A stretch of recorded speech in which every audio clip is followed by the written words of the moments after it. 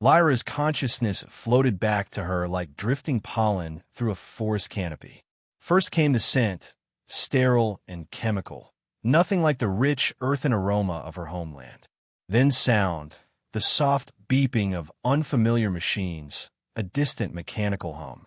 Finally, sensation, the alien texture of synthetic sheets against her bark-like skin. This was wrong. She should be dead. She remembered the searing heat of Terran energy weapons, the screams of her unit as they fell one by one. She remembered closing her eyes, preparing to join the great consciousness of the ancestral forest as her body deteriorated into elemental components that would feed the next generation of Xylosian warriors. Instead, she was lying on a soft bed, surrounded by the technology of her enemy, humans. Lyra's eyes snapped open, her pupils contracting into vertical slits against the harsh, artificial light. She tried to sit up, but pain shot through her regenerating tissue. A soft, rustling sound emanated from her body, a warning signal her kind produced when threatened. "I wouldn't move too quickly if I were you," a male voice said from the corner of the room. "The cellular regeneration process isn't complete." Her head whipped toward the voice. A human male sat in a chair, his uniform identifying him as Terran military, though lacking the usual insignia and decorations. He looked haggard, dark circles under steel-gray eyes that seemed to hold more than simple enemy hatred. "Commander Kalen Vance." He introduced himself without moving closer. "And you are Lyra of the Western Grove, 7th Spear Division, if your neural patterns are translating correctly. Why am I not dead?" Lyra's voice emerged as a mixture of vocalized sounds and subtle telepathic frequencies that vibrated through the sparse plant life in the room. A small native succulent on a nearby shelf trembled in response. The human, Kalen, tapped a small device at his temple. "Translation implant. Latest model. It picks up both your verbal and psychobotanical communications." He leaned forward, resting elbows on knees. "As for why you're alive, I pulled you from the battlefield after your unit was ambushed, brought you to this medical facility, patched you up with a modified version of your people's own regenerative compounds." Lyra's body tensed, the chlorophyll in her skin darkening with anger. "You saved me to interrogate me? To experiment on me? I will tell you nothing, Terran. I didn't save you for either reason." Kalen stood slowly, as if trying not to startle her, and walked to a data terminal. "I saved you because I need your help." A bitter laugh escaped Lyra's lips. "My help? After your kind has burned our forests, bombed our sacred groves, slaughtered my people? You must be more desperate than you look, Commander." Kalen's expression remained impassive as he activated the terminal. A holographic projection appeared between them. Molecular structures, genetic sequences, deployment plans, military communications, all branded with the Terran Imperium's insignia and marked Project Terraforma. Classified. "I am desperate," he admitted quietly, "because unless we work together, your entire species will be extinct within 2 months, starting with the Western colony on Xylos 9. Lyra studied the projection, her botanical knowledge instantly recognizing modified pathogen vectors similar to those her people had developed for forest rejuvenation. But these were perverted, weaponized. "What is this?" she demanded, though a terrible understanding was already taking root. Project Terraforma. Officially, a terraforming initiative to make inhospitable planets suitable for human colonization. In reality, Kalen swiped to the next file, showing before and after simulations of lush, living worlds transformed into barren landscapes suitable only for human habitation. It's biological warfare on a planetary scale. The simulation showed a green world, unmistakably like her home, being engulfed by a spreading gray death until nothing remained but empty soil ready for human crops and buildings. The pathogen targets the unique cellular structure of your species and all compatible flora. It doesn't just kill, it converts biomatter into an inert substrate ideal for human needs. No waste, no fuss. His voice was flat, clinical, but his eyes showed something else, disgust. And the few survivors, if any, undergo genetic alterations that make them docile, controllable. Perfect servants. Why would you show me this? Lyra whispered, her inner foliage trembling with horror. Because I tried to report it through official channels. My concerns were dismissed. Then, colleagues who asked questions started disappearing. My own commanding officer tried to have me eliminated last month. Kalen's hand unconsciously touched a partially healed scar on his neck. I went into hiding, gathering intel. The test launch is scheduled for the Xylosian outpost colony in 3 weeks. I can't stop it. Alone. Why would you want to? Lyra challenged. You're Terran. This is what your kind does. Not all of us. Kalen's voice hardened. Some of us join the military to explore space, to protect people, not to commit genocide. Lyra turned away, her mind racing. This could be an elaborate trap, a psychological tactic to gain her trust. But the data looked authentic, and the biological mechanism shown would indeed devastate her people, as described. Even if I believed you, she said carefully, what could I do? I'm one warrior, trapped in an enemy medical facility, surrounded by the void of space. You're also the foremost expert on Xylosian botanical immunity from the Western Grove. Your neural patterns matched our intelligence files. Kalen pointed to a section of her brain scan.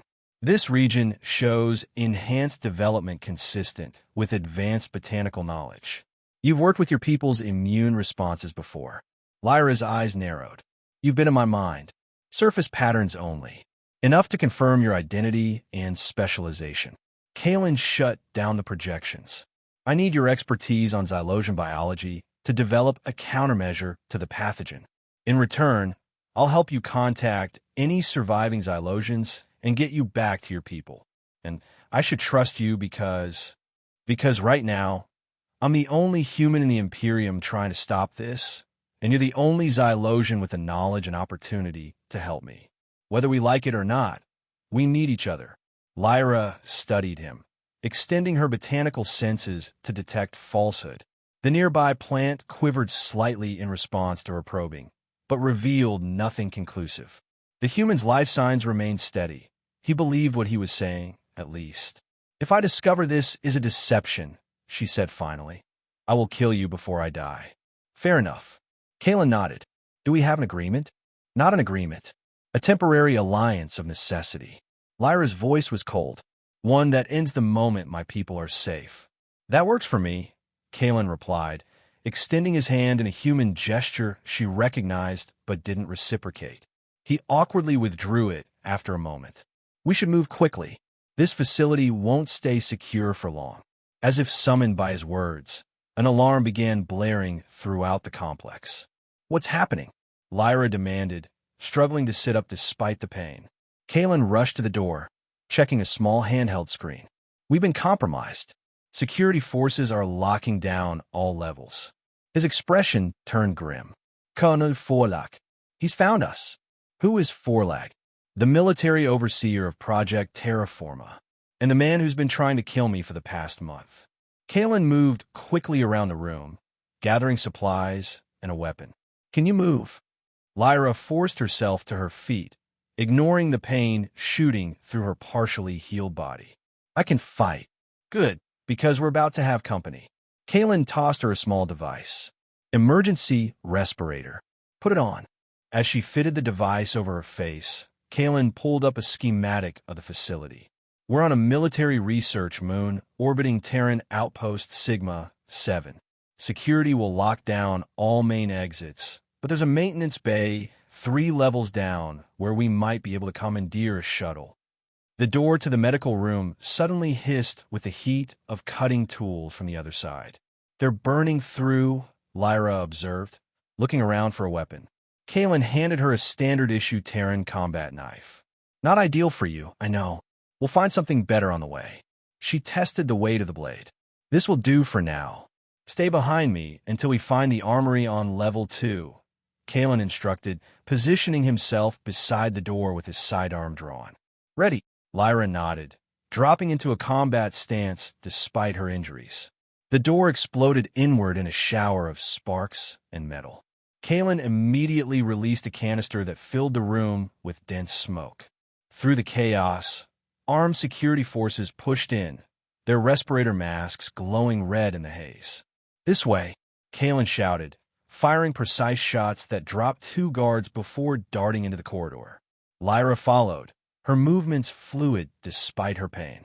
A guard appeared in her path, and she reacted instinctively. The knife found the gap between helmet and body armor, and the human collapsed with a gurgle. They fought their way through the facility, Kalen's knowledge of the layout guiding them past the heaviest security concentrations. On level 2, as promised, they found an armory. Kalen blasted the lock, and they ducked inside. "Here," he said, tossing Lyra a weapon that looked more like a farming tool than a gun. Xylosian plasma cutter. Confiscated from your people, but should feel familiar. Lyra's fingers wrapped around the organic metal hybrid weapon, its circuits responding to her unique bioelectric signature. "How did you know this would be here?" "I make it my business to know where everything is," Kalen replied, stuffing extra ammunition into his pockets. "Especially weapons that might save our lives." Their journey to the maintenance bay was a desperate gauntlet. Lyra discovered that despite their adversarial relationship, she and Kalen fought well together. His tactical precision complemented her fluid, unpredictable fighting style. Where human security forces expected conventional military responses, Lyra's Xylosian combat forms confounded them. In one remarkable moment, they encountered a small hydroponic station. Though the plants were Terran varieties, Lyra managed to exert enough influence to cause a sudden, explosive growth spurt that blocked their pursuer's path. "Impressive," Kalen commented as they sprinted down a maintenance shaft. "A parlor trick compared to what I could do in a true forest," she replied, her breath coming harder now as her injuries strained against the rapid healing. They finally reached the shuttle bay, but the alarm had done its work. 6 armed guards stood between them and the nearest operational craft. "I count 6 visible, probably more in the shuttle itself," Kalen whispered, checking his weapon's charge. "I'm running low." Lyra assessed the situation. "The environmental control panel. Can you hit it from here?" Kalen followed her gaze to a panel on the far wall. "Maybe." "Why?" "Trust me." He gave her a long look, then nodded and took careful aim. His shot hit the panel, causing it to spark and smoke. Instantly, the bay's atmospheric regulators malfunctioned, creating a sudden pressure drop. As the guards scrambled to secure their helmets, Lyra concentrated on the only plant life in the bay, a decorative arrangement near the commander's office. Under her influence, the plants exploded into rapid growth, vines snaking across the floor at impossible speed to entangle the disoriented guards. "Now," she shouted. They sprinted for the nearest shuttle, Kalen firing precise shots to disable the 2 guards who managed to free themselves from the writhing vegetation. They reached the shuttle, and Kalen slammed his hand on the entry panel. The door hissed open. "Can you fly this?" Lyra asked as they tumbled inside. "Better than most." Kalen was already at the controls, his fingers flying over the launch sequence. "But we're locked down. Need to override the—" A massive explosion rocked the bay, blowing out part of the exterior wall. Emergency force fields immediately contained the breach, but the distraction was enough to disrupt the lockdown protocols. "What was that?" Lyra demanded. Kalen looked as surprised as she felt. "Not me, but I'm not questioning our luck." He punched the final launch sequence, and the shuttle's engines roared to life. "Hold on." The shuttle shot from the bay, alarms blaring behind them as they escaped into the cold void of space. Through the view screen, Lyra saw the research facility growing smaller, but not before she glimpsed a larger vessel moving into attack position. "Imperial destroyer," Kalen explained grimly. "Forlag's flagship. We need to make the jump to hyperspace before they lock tractor beams." "Where are we going?" Lyra asked, strapping herself into the co-pilot's seat. "The only place people like us can go," Kalen replied, plotting coordinates. "The Forgotten Belt, the asteroid field in the neutral zone between Xylosian and Terran space." The lawless region? Lyra had heard stories of the place. A haven for deserters, mercenaries, and those rejected by both empires. The same. "We need to find the Shadow Network, a resistance group of Terran dissidents and alien allies. They might be able to help us contact your people and develop a countermeasure to project terraforma." The ship shuddered as energy weapons from the destroyer began targeting them, most shots going wide, but some coming dangerously close. Hyperspace in 3, 2, and the stars elongated around them as the shuttle jumped, leaving the destroyer behind. Kalen let out a long breath. We made it. For now. Lyra nodded, her own tension slowly unwinding. How long to the Forgotten Belt? 18 hours in this ship. Kalen set the autopilot and finally turned to assess their situation. We should use the time to check your injuries and make a plan. The shuttle was small but well-equipped. A military officer's transport with medical supplies, food rations, and basic communications.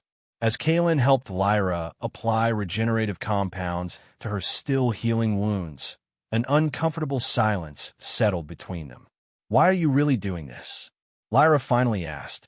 Betraying your own people for mine? Kalen's hands stilled on the medical scanner. They stopped being my people when they decided genocide was an acceptable military strategy. He resumed his work, not meeting her eyes.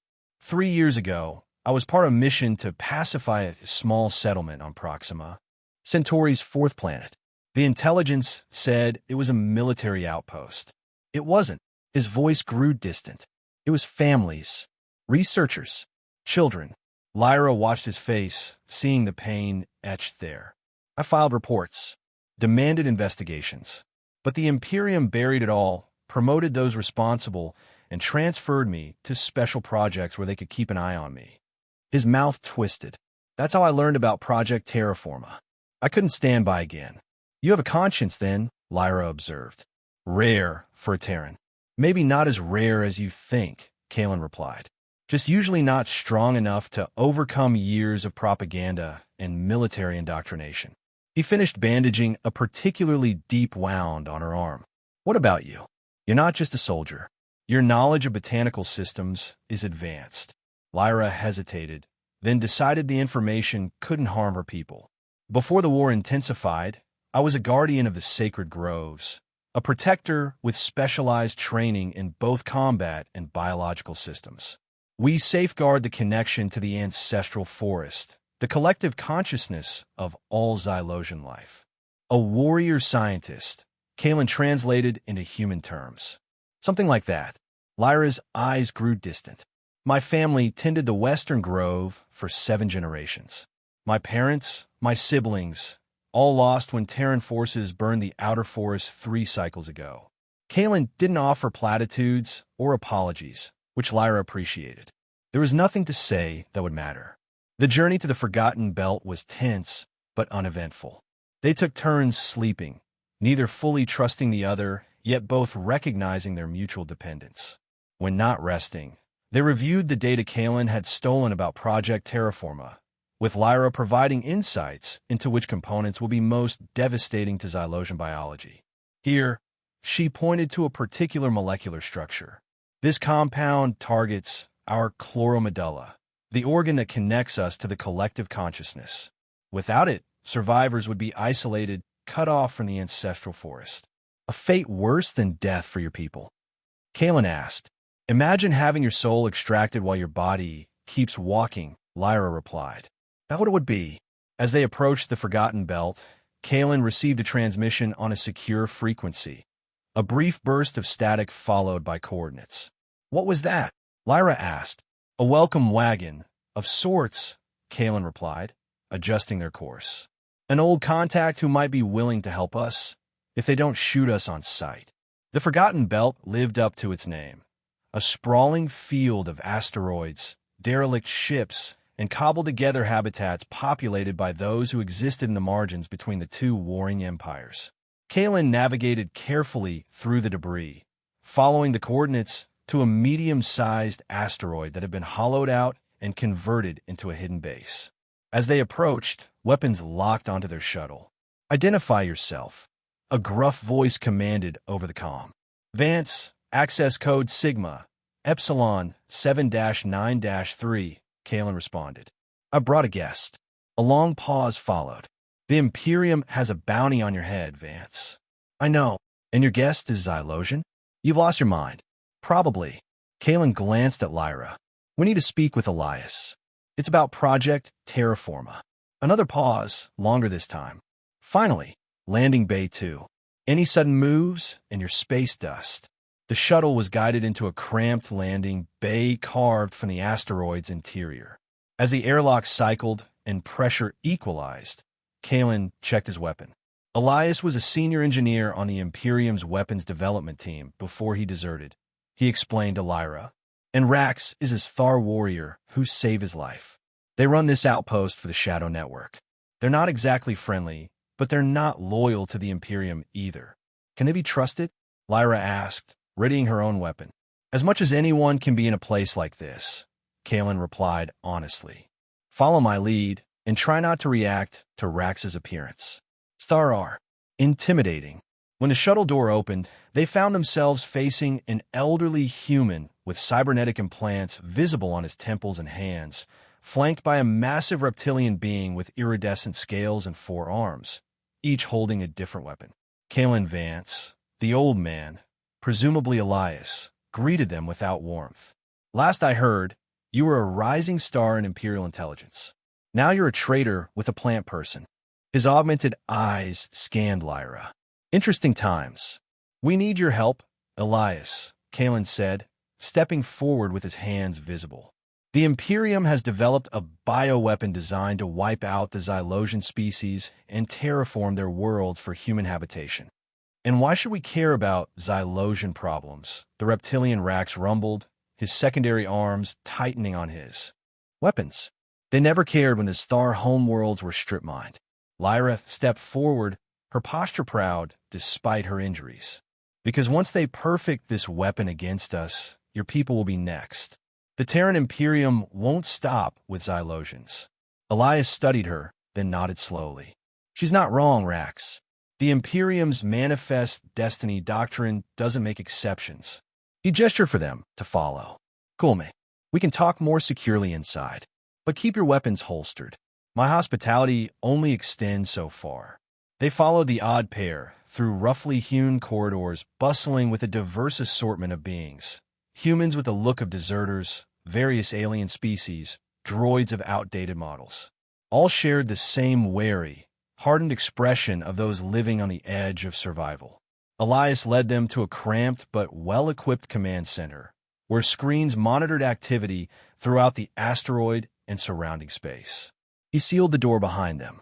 Now, he said, lowering himself stiffly into a chair, show me what was worth risking a Xylosian-human alliance and putting my station in danger. Kalen uploaded the data they had gathered to Elias's system. The old engineer's expression grew increasingly grave as he reviewed the information. This is beyond even the Imperium's usual moral bankruptcy, he muttered. The genetic reconfiguration alone violates every treaty since the Andromeda Accords. And it's scheduled for deployment against the Western colony in less than 3 weeks, Kalen added. Rax, who had been silently observing, finally spoke. Even if what you say is true, what can we do? We are outcasts, not an army. We don't need an army, Lyra replied. We need information, resources to develop a countermeasure, and a way to contact my people to warn them. The Shadow Network has contacts in most systems, Elias acknowledged. We might be able to get a message to your colony. Their discussion was interrupted by an alert on the main screen. A holographic projection materialized in the center of the room, the stern face of an older human male in a Terran colonel's uniform. Colonel Forlag. Kalen identified him quietly for Lyra's benefit. Attention, inhabitants of Outpost Tango 17, Forlag's hologram announced. We are aware that you are harboring fugitives Kalen Vance and an escaped Xylosian prisoner of war. Surrender them immediately or face orbital bombardment. You have 1 hour to comply. The hologram flickered out, leaving a tense silence in its wake. He found us, Kalen said, his voice tight. Faster than I expected. There must be a tracker on your shuttle, Elias replied, immediately activating security protocols. Rax, prepare evacuation procedures. You need to leave, Kalen told the old engineer. We brought this to your doorstep. Elias waved away his concern. The Shadow Network has contingencies, but you two need to get what you came for and go. He accessed a secure data vault. I can give you access to our research facilities and communications array for the next 45 minutes. Make them count. What followed was a frantic race against time. Lyra interfaced with the Outpost Botanical Lab, examining the project Terraforma pathogen data and beginning to identify potential vulnerabilities in its structure. Kalen worked with Elias to send encrypted messages to Xylosian frequencies, warning of the impending attack while trying to evade Imperial tracking. There's something off about this pathogen, Lyra said suddenly, looking up from her analysis. The core structure, it's based on Xylosian regenerative technology. What? Kalen came to look at her findings. This isn't just Terran science. This was developed using Xylosian biological research that went missing from our archives 3 cycles ago. Her eyes widened with realization. They didn't invent this weapon. They stole our healing technology and perverted it.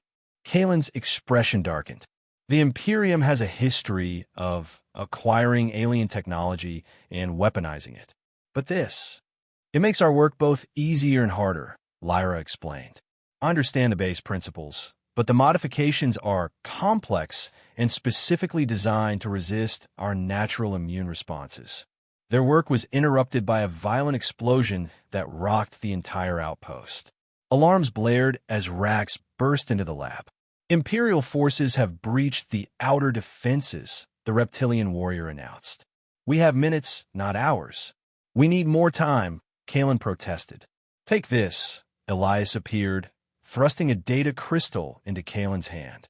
All our research on biological countermeasures and secure coordinates to our primary base in the Omega Quadrant. His cybernetic eye whirred as it focused. Go. Now. What about you? Lyra asked. We'll hold them off, Rax answered, checking his weapons. There's an emergency shuttle in the lower bay. Security code 7-3-9-1. Elias, Kalen, began. Don't waste our sacrifice, boy. The old engineer cut him off. Stop Project Terraforma. That's how you can thank us. Another explosion, closer this time. The lights flickered. Go! Elias shouted, pushing them toward the emergency exit. Kalen and Lyra raced through collapsing corridors as Imperial forces breached the outpost. They reached the emergency bay just as combat sounds intensified behind them. The small shuttle was barely large enough for 2, but its engines were powerful. As they lifted off, they witnessed Imperial troops storming the command center. Through the viewport, Lyra saw Rax engaging multiple soldiers at once, his 4 arms whirling in a deadly combat dance. Elias was at the main console, fingers flying over the controls. The outpost's main reactor suddenly flared with warning lights. He's overloading the reactor, Kalen realized, giving us cover to escape. The explosion was blinding, a miniature sun erupting in the darkness of space. Their shuttle was caught in the shockwave, systems temporarily overloading as Kalen struggled to maintain control. When the sensors finally cleared, the asteroid outpost was nothing but scattered debris. They sacrificed themselves, Lyra said quietly. For our mission. For me. An enemy. For something bigger than all of us, Kalen corrected, setting a course away from the destruction. The Shadow Network's primary base. That's where we need to go now. They traveled in somber silence, both processing the sacrifice they had witnessed and the weight of responsibility it placed on them. The coordinates led them to a remote planetoid on the far side of the Forgotten Belt, a barren rock from the outside that concealed a surprisingly sophisticated facility built into its core. Unlike the previous outpost, this base was organized and well-maintained. They were met by a diverse council of Shadow Network leaders, former Imperial scientists, alien representatives, and rebel tacticians, who greeted Kalen with cautious respect and Lyra with open curiosity. Elias sent word before the attack. A stern woman who introduced herself as Commander Navarro explained. We've prepared laboratory space and secured the communications you requested. Over the next several days, Lyra and Kalen worked tirelessly. The Shadow Network had managed to establish tentative contact with the Xylosian colony, but communication was difficult and fragmented due to Imperial jamming. Meanwhile, Lyra focused on developing a biological countermeasure to the terraforma pathogen, using the network's advanced facilities and her own intimate knowledge of Xylosian biology. "I think I found it," she announced on the fifth day, her voice hoarse from exhaustion. "A modified phage that targets the pathogen's delivery mechanism. It won't stop the weapon completely, but it could reduce its effectiveness by nearly 80%, enough to prevent extinction and give my people time to develop a more permanent solution." "That's brilliant," Kalen said, looking up from his own work mapping the security systems of the Ares 6 space station, the command center and production facility for Project Terraforma. "But we still need to get it to your people and disrupt the project at its source." Commander Navarra entered the lab, her expression grim. "We've just intercepted Imperial communications. They've moved up the deployment timeline. The weapon will launch in 3 days." 3 days? Lyra's foliage rustled with distress. "Why the change?" "They must suspect we're developing a countermeasure," Kalen surmised. "Forlag is nothing if not paranoid." He pulled up the schematics for Ares 6. "We need to infiltrate the station, deploy Lyra's countermeasure directly into their production system, and broadcast the evidence of Project Terraforma across all Imperial channels." "That's a suicide mission," Navarra stated flatly. "Ares 6 is one of the most heavily guarded facilities in the Imperium. Do you have a better suggestion?" Kalen challenged. Navarra held his gaze for a long moment before sighing. "No, but you won't go alone. I can provide a small tactical team and a stealth transport that might get you close enough." The plan came together quickly, desperation driving innovation. The Shadow Network's technicians worked to synthesize Lyra's countermeasure while their tactical specialists prepared for the insertion mission. A stealth ship, modified with experimental cloaking technology, would approach Ares 6 during a scheduled supply delivery, allowing a small team to infiltrate the station. The night before the mission, Lyra found Kalen alone in the observation dome, staring out at the stars. "You should be resting," she said, moving to stand beside him. "So should you." He offered a tired smile. "But I don't think either of us is going to get much sleep tonight." They stood in silence for a while, the vast expanse of space stretching before them. "I never thought I would fight alongside a human," Lyra finally said, "much less so won my life. And I never thought I'd betray everything I was trained to believe in." Kalen turned to face her. "But I don't regret it." "Nor do I." Lyra's hand moved hesitantly toward his, stopping just short of touching. "If we don't survive tomorrow, we will," Kalen interrupted, but then softened. "But if we don't, I'm glad I met you, Lyra of the Wester Grove. You've changed how I see the universe." "As you have changed me," she admitted. "Perhaps there's hope for our peoples if there are more humans like you, and more Xylosians like you." The moment hung between them, fragile and precious. Then Lyra did something unexpected. She reached out and placed her palm against his chest, a gesture of deep trust among her people. After a moment's surprise, Kalen covered her hand with his own.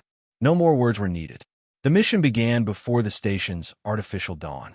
The stealth transport, carrying Lyra, Kalen, and 4 Shadow Network operatives, slipped between patrol ships during a scheduled supply delivery. Using Kalen's access codes, not yet purged from the system despite his desertion, they gained entry through maintenance airlock. "Remember the plan," Kalen whispered as they moved through dimly lit service corridors. "Team 1 secures the communications hub. Team 2 with me and Lyra to the central laboratory." They separated, moving silently through the massive station. Lyra marveled at how easily Kalen navigated the complex, disabling security systems and avoiding patrols with practiced efficiency. "You know this place well," she observed as they ducked into an alcove to avoid a drone. "I was stationed here briefly during its construction," he explained, "before I knew what it was for." They encountered minimal resistance until they reached the science deck. There, a squad of security officers spotted them, and a firefight erupted. Lyra demonstrated why she had been an elite warrior among her people. Her movements fluid and precise as she incapacitated 3 guards without killing them. "We need to hurry," Kalen urged as they sealed the corridor behind them. "That will have triggered alarms." The central laboratory was a cathedral to imperial technological arrogance, soaring ceilings, advanced equipment, and, at its heart, massive production vats where the biological weapon was being synthesized. There, Lyra pointed to the central control station. That's where I need to upload the countermeasure. Kaylin provided cover as she worked, her hands moving with incredible speed across the unfamiliar human interface. The countermeasure, carried in a small vial of glowing green liquid, was fed into the system, immediately beginning to alter the weapon's makeup. Done, she reported. It will take time to fully integrate, but it's working. Communications team reports success. Kaylin's comm crackled. Uplink established. Ready for data transmission.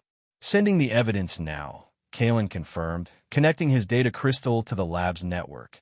All Imperial channels, plus interstellar neutral frequencies.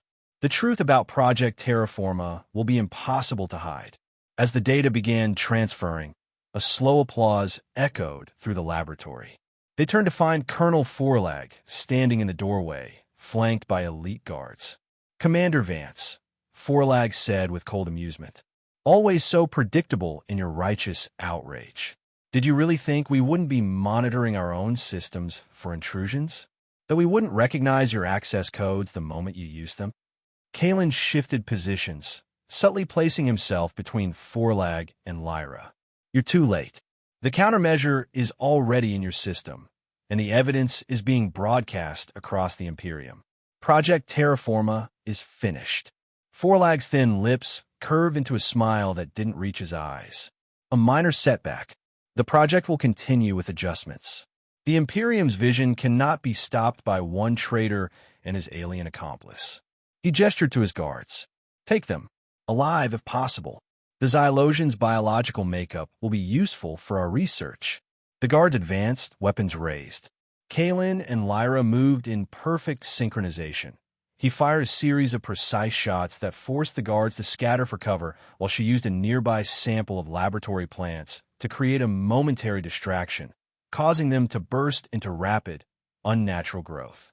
"The exit is blocked," Kaylin said through gritted teeth as they took cover behind a reinforced console. "We need another way out." Lyra scanned the laboratory, her eyes settling on a ventilation shaft. "There. It should lead to the secondary transport bay, according to the schematics we studied." They fought their way across the lab, providing covering fire for each other as they moved.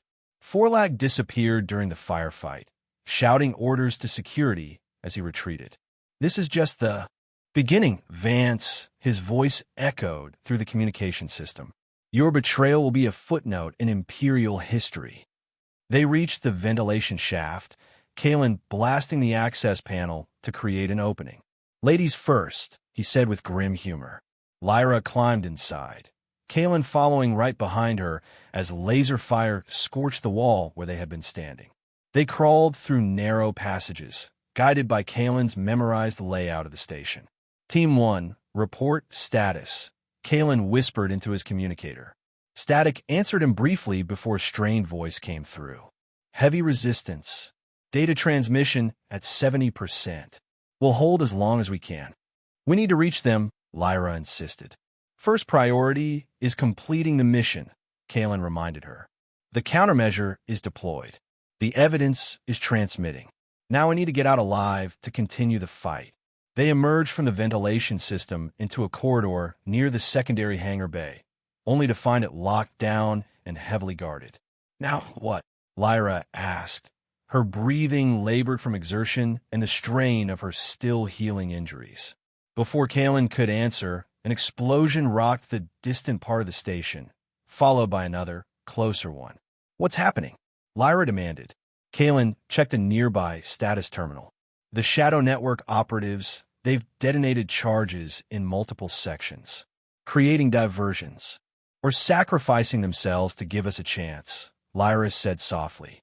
The guards at the hangar entrance suddenly received new orders through their comms and rushed away, leaving only minimal security behind.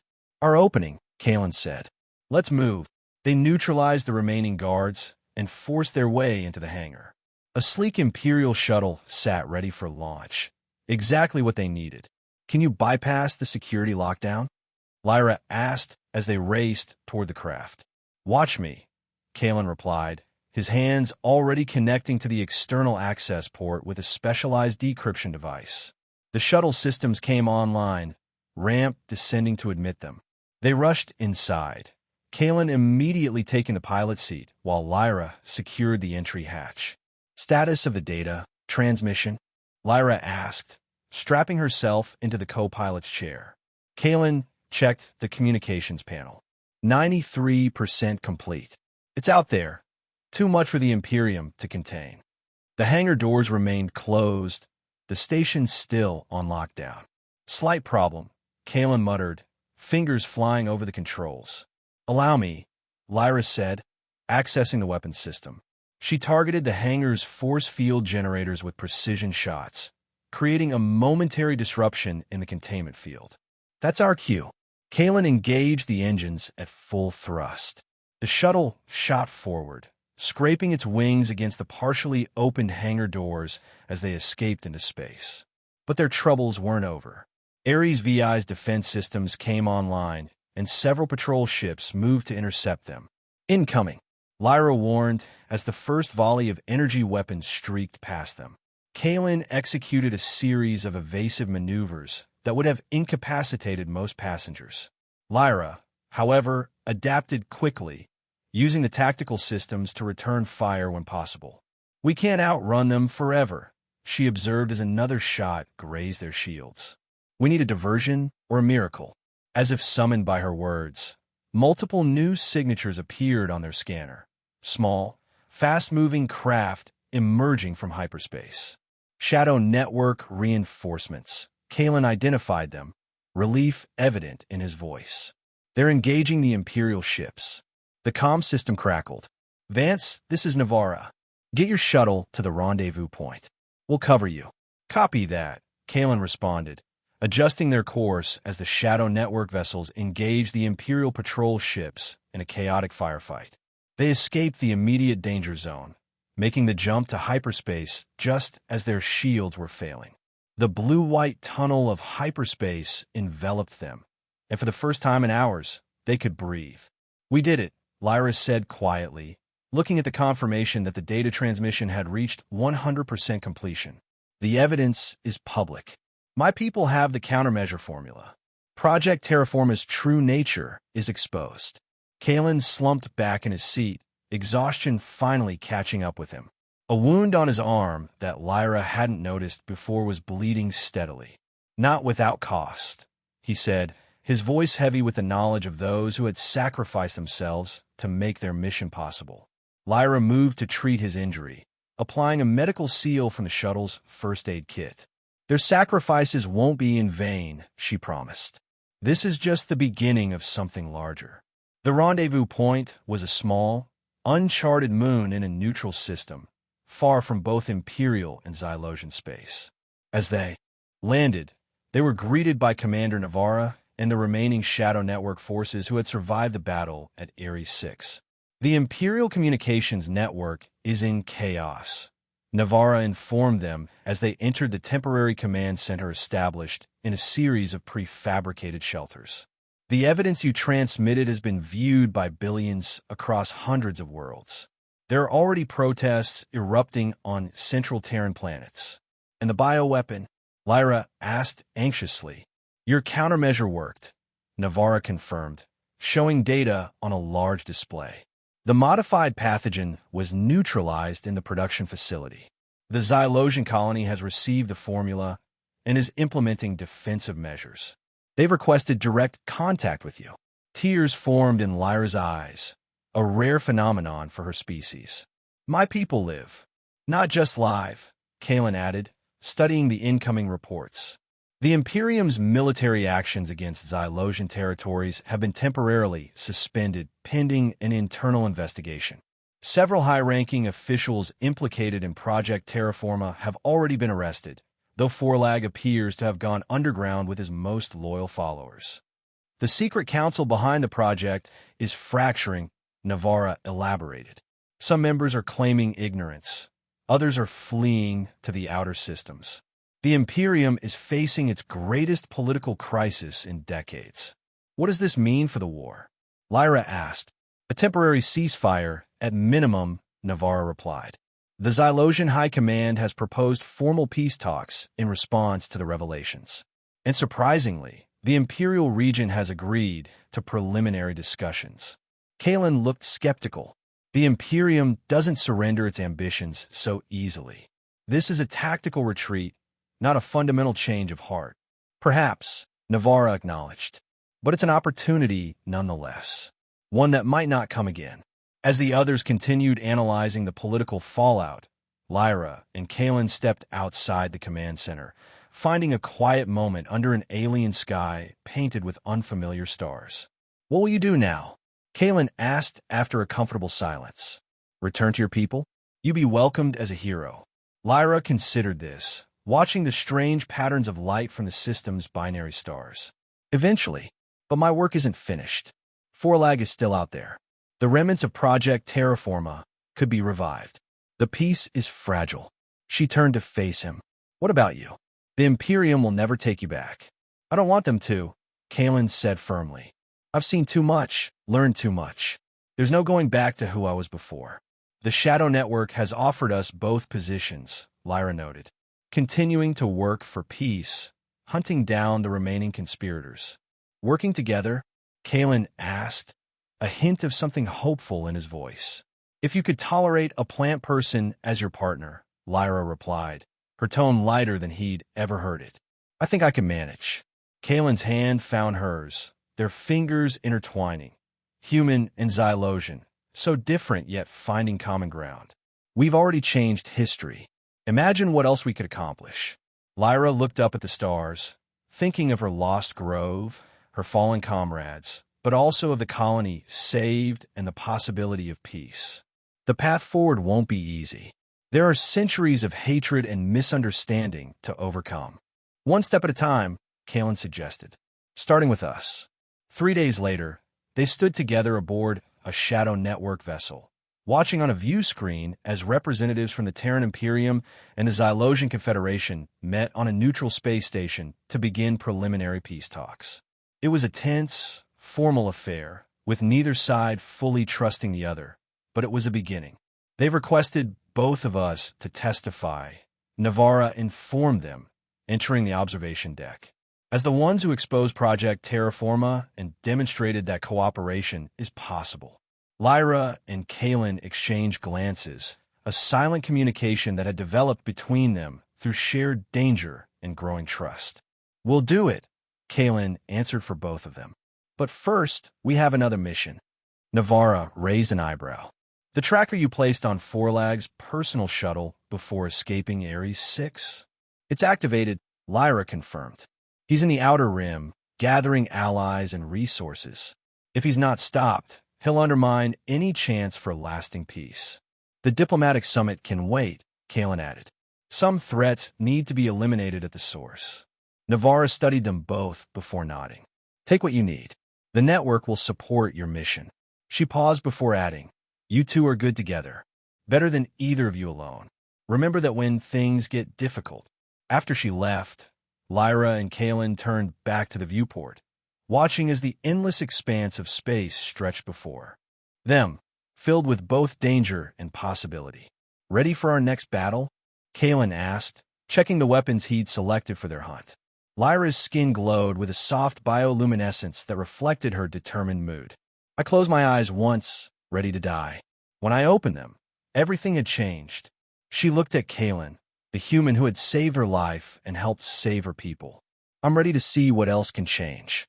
The ship's engines hummed to life as they set course for the Outer Rim, leaving behind the tentative peace negotiations to hunt down those who would threaten it.